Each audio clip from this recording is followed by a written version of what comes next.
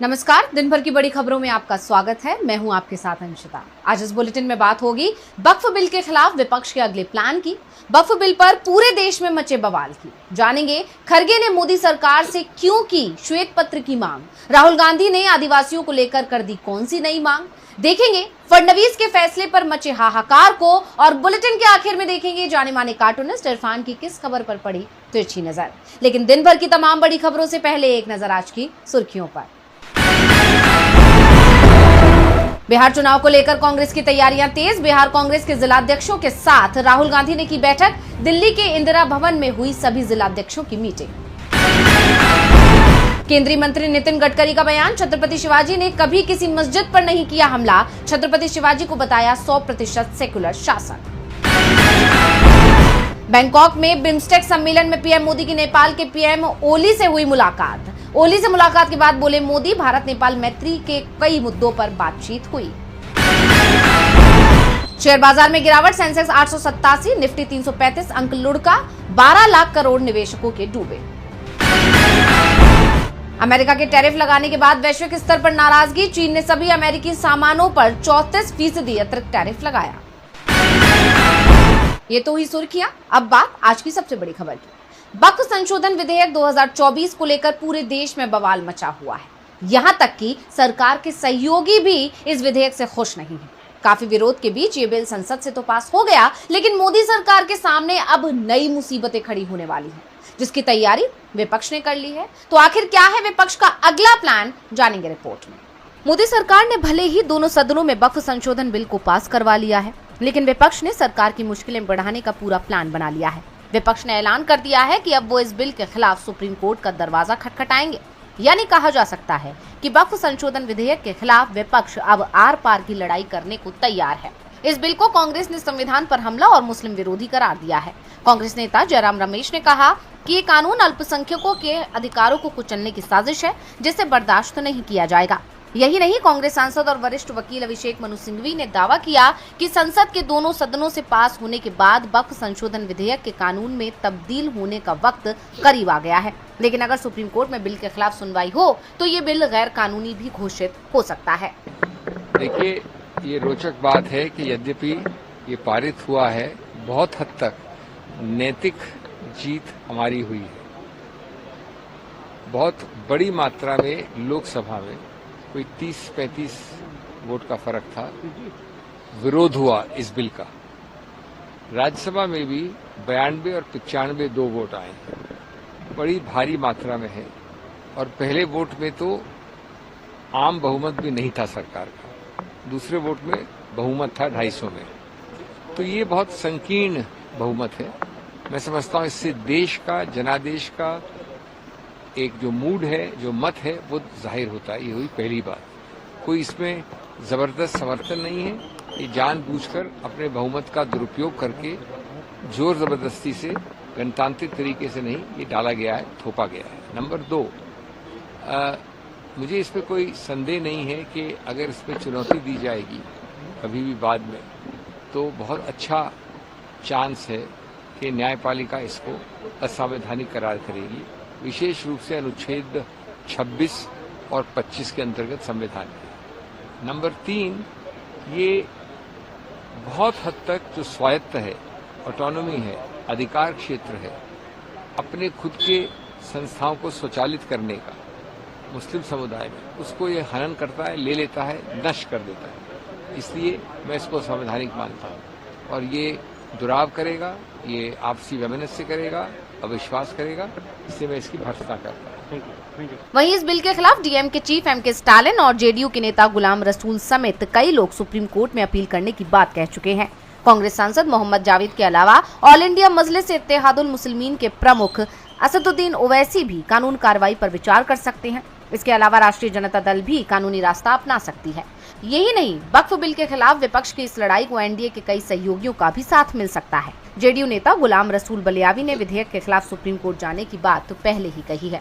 अब विपक्ष का ऐलान बता रहा है कि वक्फ बिल को लेकर मोदी सरकार की राह अभी आसान नहीं है। विपक्ष का कहना है कि वो सुप्रीम कोर्ट से बिल को रुकवाएंगे। विपक्ष इस मुद्दे पर चुप नहीं बैठ रहा है और मुस्लिम संगठनों ने भी इस बिल के खिलाफ आवाज को मुखर कर दिया है।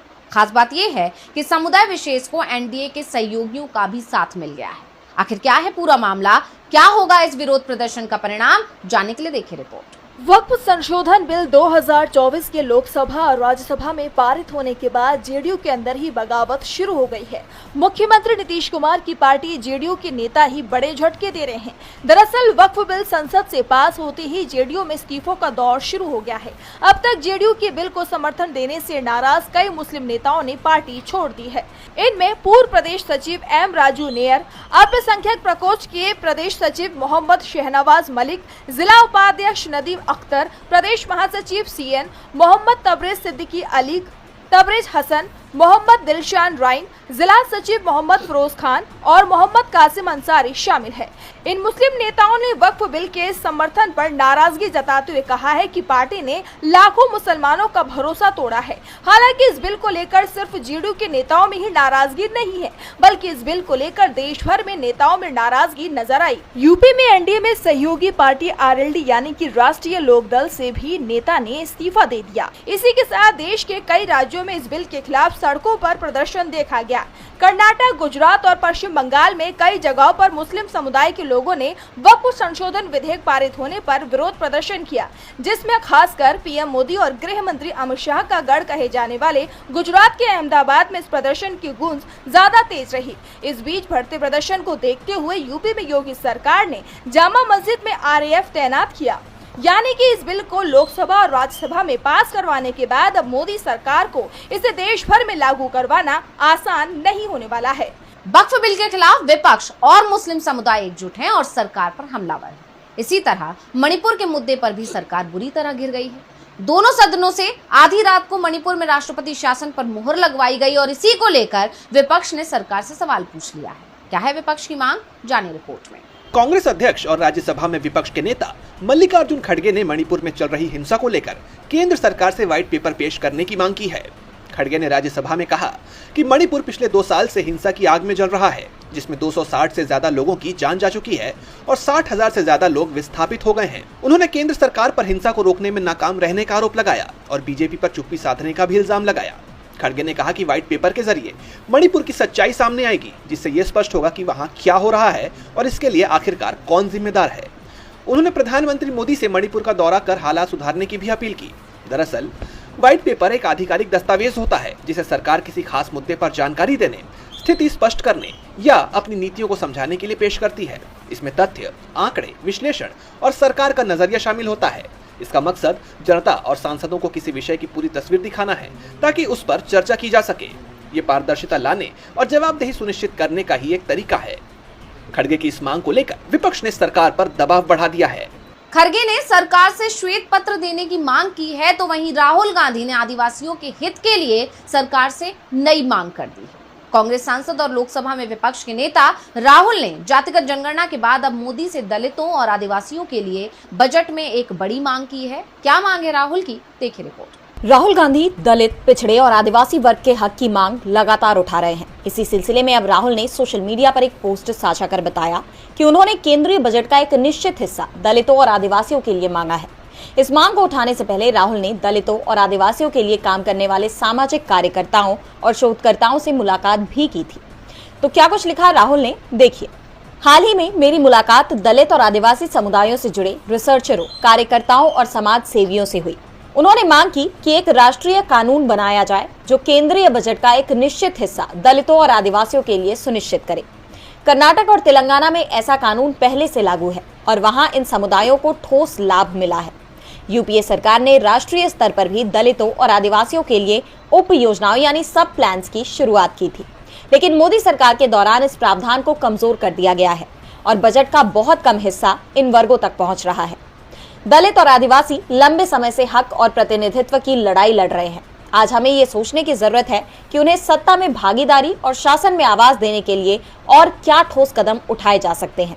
हमें एक ऐसे राष्ट्रीय कानून की जरूरत है जो दलितों और आदिवासियों को लक्षित करके उनकी आवश्यकताओं को ध्यान में रखकर बनाई गई योजनाओं के लिए बजट में एक उचित हिस्सा सुनिश्चित करे। राहुल गांधी दलित, पिछड़े और आदिवासी वर्ग के हक की मांग लगातार उठा रहे हैं और सरकार की नीतियों का विरोध करते हैं। विरोध तो वैसे महाराष्ट्र की फडणवीस सरकार का भी हो रहा है, जो पहले से कई मुद्दों पर घिरी हुई है और अब एक नए मामले ने सरकार पर सवालों की बौछार कर दी।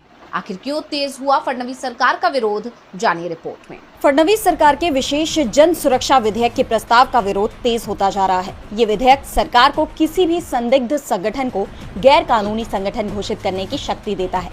विपक्ष का कहना है कि इस कानून के जरिए सरकार की शक्ति बढ़ रही है, जिससे मानवाधिकार संगठनों और सरकार के आलोचकों पर कार्रवाई की जा सकती है। नागरिक संगठनों ने इसे लोकतंत्र विरोधी करार देते हुए अभिव्यक्ति की स्वतंत्रता पर खतरा बताया है। हालांकि सरकार का कहना है कि इससे शहरी नक्सलवाद और अराजक गतिविधियों पर रोक लगाने में मदद मिलेगी। दरअसल सवाल इस कानून की व्याख्या को लेकर उठ रहे हैं। इस कानून में अवैध गतिविधियों की, अवैध संगठनों की परिभाषा को अस्पष्ट बताया जा रहा है। विपक्षी दलों का दावा है कि इसमें ऐसे शब्दों का इस्तेमाल किया गया है जिनकी कोई स्पष्ट परिभाषा नहीं है। इससे किसी भी व्यक्ति या संगठन को अवैध घोषित करने का रास्ता खुल सकता है। मीडिया रिपोर्ट्स के मुताबिक इस विधेयक के खिलाफ 1 अप्रैल तक 10,000 से ज्यादा आपत्तियां और सुझाव दर्ज किए जा चुके हैं। इस विधेयक के खिलाफ अलग अलग संगठनों ने 22 अप्रैल को राज्यव्यापी प्रदर्शन और 30 जून को एक बड़े विरोध मार्च का ऐलान किया है। सरकार को सौंपे गए ज्ञापन में मांग की गई है कि या तो इस विधेयक को वापस लिया जाए या इसमें जरूरी बदलाव किए जाए, जिसके बाद फडणवीस सरकार का ये प्रस्ताव मुश्किल में नजर आ रहा है।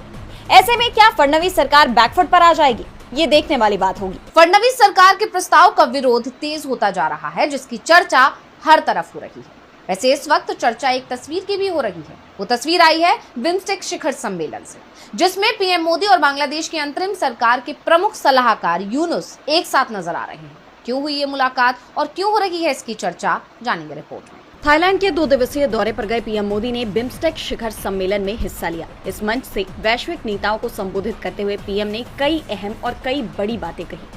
उन्होंने कहा कि ये मंच आतंकवाद के खिलाफ लड़ाई में अहम भूमिका निभा सकता है।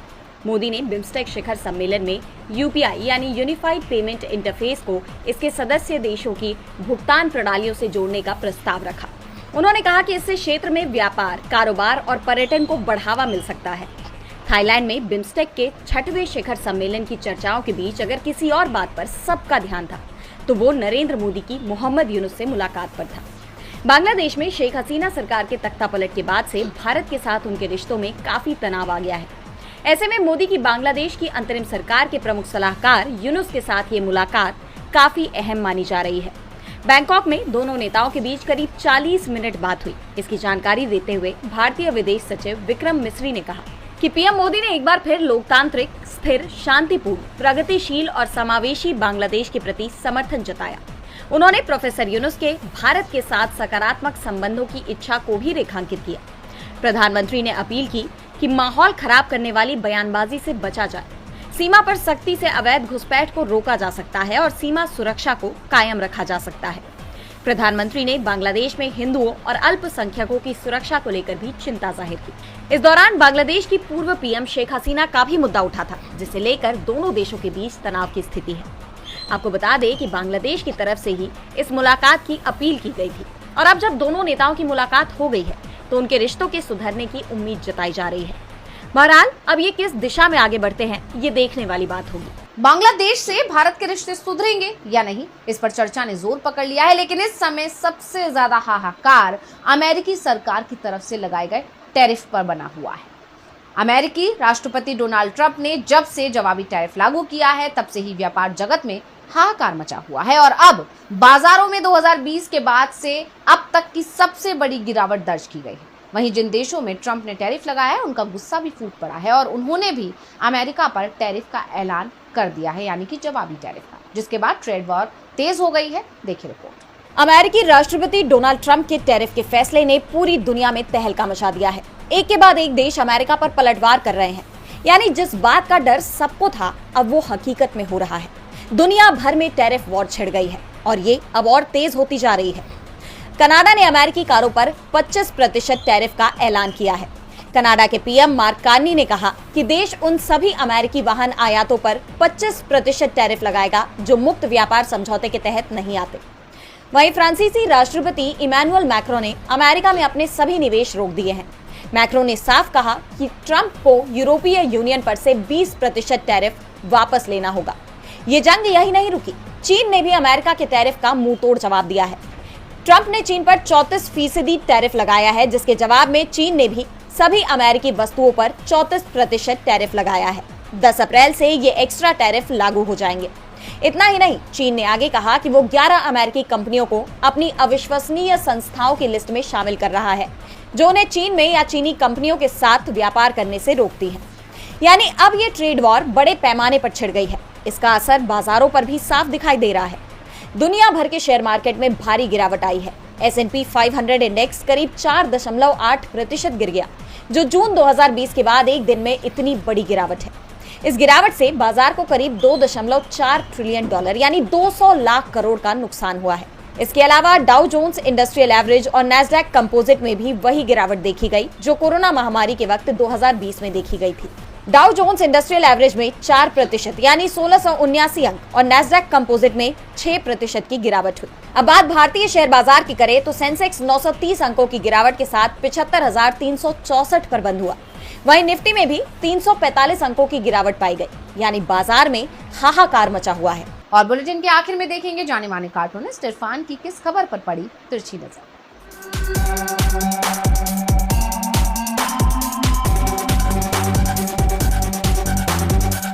समझ में नहीं आता कि कुणाल कामरा ने सरकार का मजाक उड़ाया है। सरकार खुद ही अपना मखौल उड़वाती हुई दिख रही है। अब देखिए न कुणाल कामरा वाले मामले में कुणाल कामरा का शो देखने वाले लोगों से ही अब पूछताछ की तैयारी हो रही है।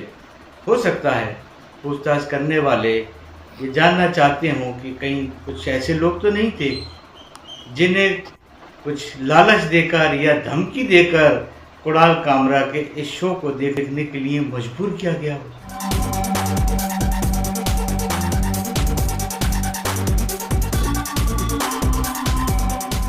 बहुत बहुत शुक्रिया इरफान जी। तो आज इस बुलेटिन में इतना ही। आप देखते रहिए DV लाइव। मुझे दीजिए इजाजत। नमस्कार।